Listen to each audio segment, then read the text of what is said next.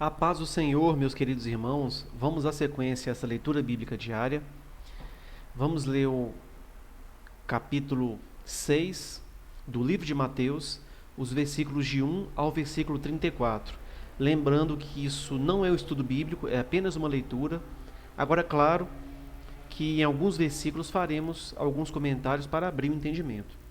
Então, sem mais delongas, iniciaremos a leitura. Guardai-vos de fazer a vossa esmola diante dos homens, para seres vistos por eles. Aliás, não tereis galardão junto de vosso Pai, que está nos céus. Vou fazer uma pausa para fazer uma observação neste versículo. Pessoal, Deus, ele orienta o ser humano, ele orienta os filhos dele a não fazer alarde quando orar, quando jejuar, quando dar esmola, tá certo? Porque se você faz esse alarde e todos ficam sabendo, a sua recompensa já foi dada, tá certo? Em relação aos homens que viram aquilo em você. Na verdade, não existe melhor recompensa do que a que o vosso Pai Celestial vos dará.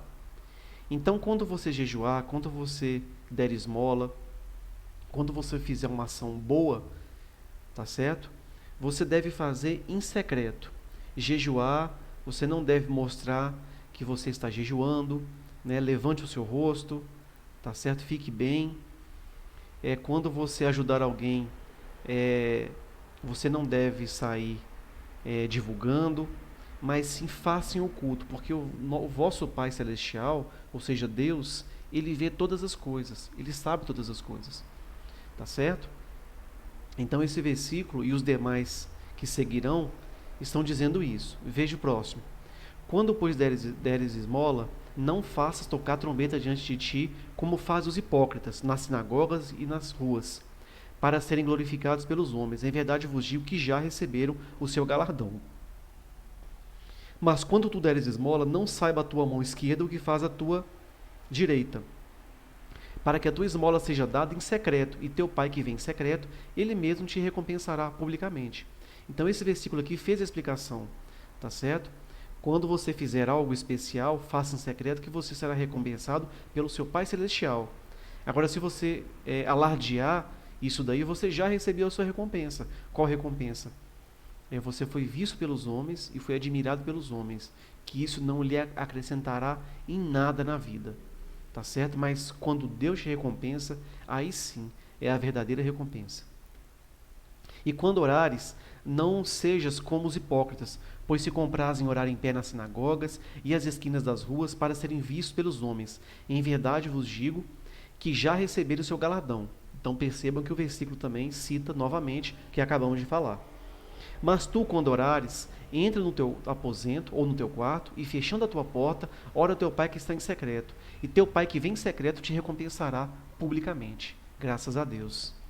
E orando, não useis de vãs repetições, como os gentios que pensam que por muito falarem serão ouvidos. Não vos assemelheis, pois, a eles, porque vosso Pai sabe o que vos é necessário, antes de vós lhe pedirdes. Tá certo? Então a Bíblia fala que antes que a nossa palavra venha à boca, Deus ele já sabe. Mas é importante você manifestar e dizer a Ele abertamente quais são as suas necessidades. Orar e falar com Deus, com o seu coração. Tá certo? E Ele te ouvirá, você pode ter certeza. Portanto, vós orareis assim. Então, pessoal, aqui Jesus Cristo ele está ensinando a orar. Tá certo? E é uma oração muito forte, que você deve fazer com fé. E com certeza o Pai Celestial irá te ouvir, tá certo? E ela diz assim, ó: Pai nosso que estás no céu, santificado seja o teu nome. Venha o teu reino. Vou dar mais uma parada para fazer uma observação. Pessoal, esse venha o teu reino, ele está ligado diretamente com Apocalipse 21, onde João, na ilha de Patmos, ele tem uma visão do Apocalipse, Deus mostra para ele, tá certo? A Jerusalém, tá certo? A cidade que Deus promete sendo trazida para a terra, tá? E toda a terra sendo restaurada, tá certo? Então a oração que Jesus ensina é isso, venha que Deus venha com o reino dele sobre nós. Então, repetindo, venha o teu reino, seja feita a tua vontade, assim na terra como no céu. O pão nosso de cada dia nos dá hoje. E perdoa-nos as nossas dívidas, assim como nós perdoamos aos nossos devedores. E não nos induzas à tentação, mas livra-nos do mal, porque teu é o reino, e o poder e a glória para sempre. Amém. Porque se perdoardes aos homens as suas ofensas, também vosso Pai Celestial vos perdoará a vós. Se, porém, não perdoardes aos homens as suas ofensas, também vosso Pai vos não perdoará as vossas ofensas. Então, pessoal, vocês vão perceber que o segundo mandamento ele está relacionado com o primeiro. Qual que é o primeiro mandamento? Amarás ao Senhor teu Deus acima de acima de todas as coisas, com toda a tua força e com todo o teu entendimento. Assim diz as Escrituras. E o segundo é amar o próximo como a ti mesmo. De forma que se você não ama o próximo, consequentemente você não ama a Deus, tá? E neste caso aqui é o perdão. Nós necessitamos de perdoar o próximo, tá? Se você ficar com mágoa, se você ficar com algo no seu coração, isso pode vir a conflitar diretamente com a salvação da sua alma, tá certo? Então isso é muito importante, perdoar, para você ser perdoado, tá? Se você diz que ama a Deus, mas não ama o seu próximo, você é hipócrita, tá certo? Temos que amar o próximo, tá? Para que Deus nos ame, para que Deus nos perdoe. Assim é simples e a lei do eterno. E quando jejuardes, não vos mostreis contristados como os hipócritas, porque desfiguram seus rostos, para que aos homens pareça que jejua. Em verdade vos digo que já receberam seu galardão. Tu, porém, quando jejuares, unge a tua cabeça e lava o teu rosto, para não pareceres aos homens que jejuas, mas a teu Pai que está em secreto, e teu Pai que vem em secreto te recompensará publicamente. Não ajunteis tesouros na terra, onde a traça e a ferrugem tudo consome, e onde os ladrões minam e roubam. Pessoal, vou fazer uma observação nesse versículo.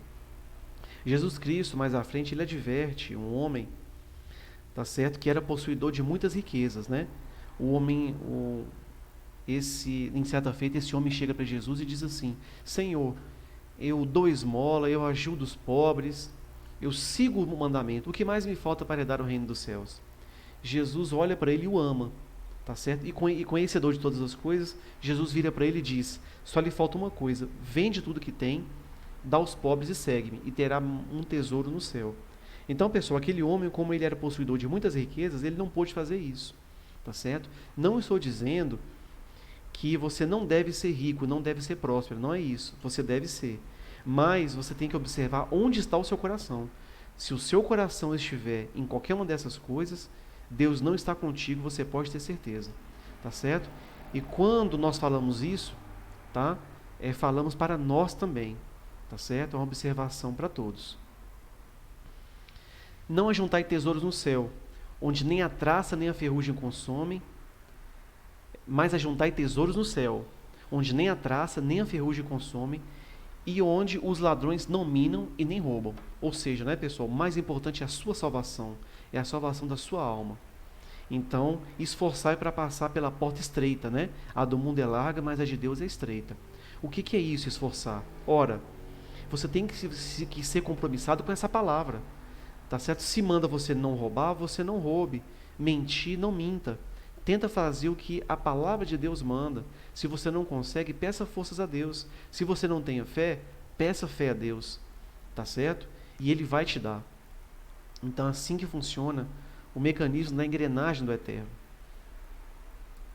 Porque aonde estiver o vosso tesouro, aí estará também o vosso coração. E é fato isso, a boca fala aquilo que o coração está cheio. A candeia do corpo são os olhos, de sorte que, se os teus olhos forem bons, todo o teu corpo terá luz. Ou seja, o que ilumina o corpo são os olhos, né? Então, ou seja, se os teus olhos forem bons, todo o teu corpo terá luz. Tá certo? Então, ou seja, a gente tem sempre que ter boa visão. E confesso que às vezes é difícil mesmo, passando por tribulação, a gente ter bons olhos. Mas Deus ele está no controle de todas as coisas. Porque assim diz as Escrituras, que não cai uma folha de uma árvore, sendo que Deus não queira. Se, porém, os teus olhos forem maus, o teu corpo será tenebroso. Se, portanto, a luz em ti são trevas, quão grandes serão tais trevas? Ninguém pode servir a dois senhores, porque ou há de odiar um e amar o outro, ou se dedicar a um e desprezará o outro. Não podeis servir a Deus e a Mamon. Pessoal, esse versículo aqui está diretamente ligado à riqueza, tá?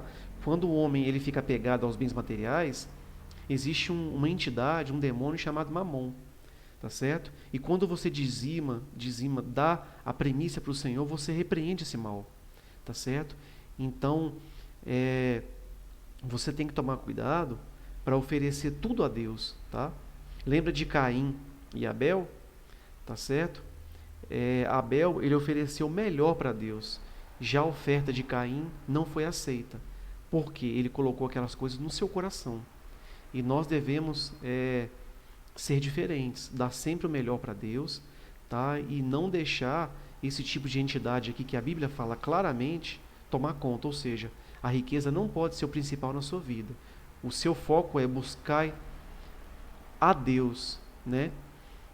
Buscar o Senhor teu Deus de todo o teu coração, com toda a tua força e com todo o teu entendimento. O versículo diz amar a Deus com toda a tua força, com todo o teu entendimento.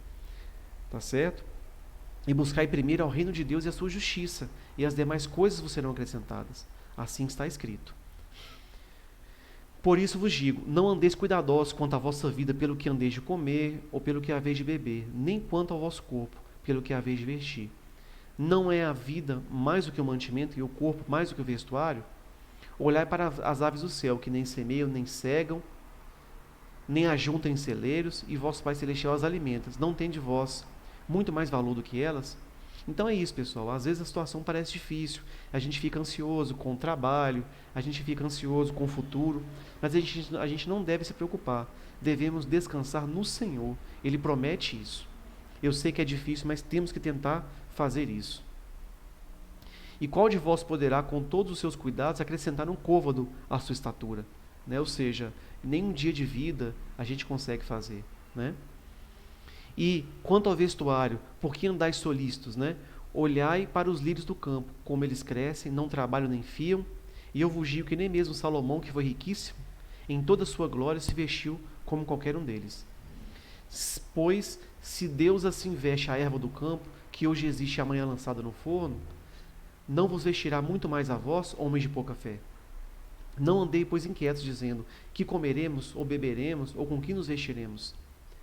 Porque todas essas coisas os gentios procuram. De certo, o vosso Pai Celestial bem sabe que necessitais de todas essas coisas. Mas buscai primeiro o reino de Deus e a sua justiça, e todas essas coisas vos serão acrescentadas. Aleluia, glória a Deus por isso. E é verdade, pessoal. Devemos descansar no Senhor. Agora, claro, Paulo lá na frente ele diz assim, que aquele que não trabalha, também que não coma. Então devemos fazer a nossa parte, devemos trabalhar. É o mandamento do Senhor. Tá certo? Então a gente deve fazer a nossa parte também. Não use esse versículo para ficar dormindo o dia todo e achar que as coisas vão cair na sua cabeça. Mas você não deve se preocupar. Tá certo? Você deve descansar no Senhor. É difícil, mas devemos fazer isso. Não vos inquieteis, pois, pelo dia de amanhã, porque o dia de amanhã cuidará de si mesmo. Basta cada dia o seu mal. Então espero que essa palavra chegue até você, que o Altíssimo possa abençoá-lo e que Deus esteja conosco. E estamos no final dos tempos, os sinais estão aí, claros. Arrependa-se, volte para Deus e tudo irá bem. Então a paz do nosso Senhor e Salvador Jesus Cristo, fiquem com Deus e até a próxima leitura bíblica.